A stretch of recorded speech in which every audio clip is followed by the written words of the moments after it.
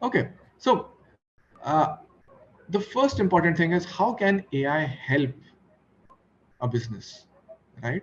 And as we speak today, AI is helping businesses across industries in many different ways, right? One is insight generation, right? How do I get more actionable insights from the data that I already have, right? And it's not, the world has moved from just getting descriptive numbers and analyzing things uh, on a retrospective basis. The world has moved from there to what do I do with the data that I have, right? How do I make these insights more actionable, right? Is this insight, can this insight help me to take a meaningful decision that can help me in a business outcome, right?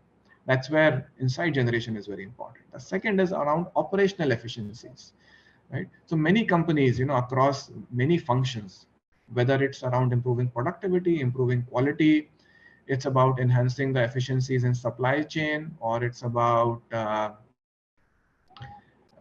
getting the most optimal way HR policies work or HR systems work, right? How do we improve hiring? How do we reduce attrition? There are many ways in which we can improve the way we operate, right? Adding innovation to an existing product, right? There are many ways in which existing products can be made more innovative, right? For example, a simple dashboard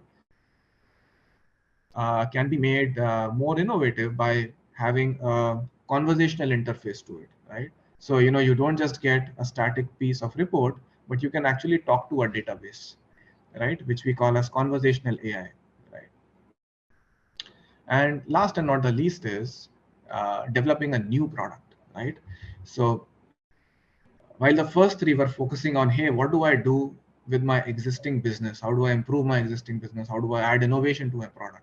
But the last one is about, hey, can I build something radically new with AI, right? And there are many examples in the world today across various industries where people have built absolutely new products leveraging AI technologies like speech to text or language technologies or audio technologies or other pattern mining methods.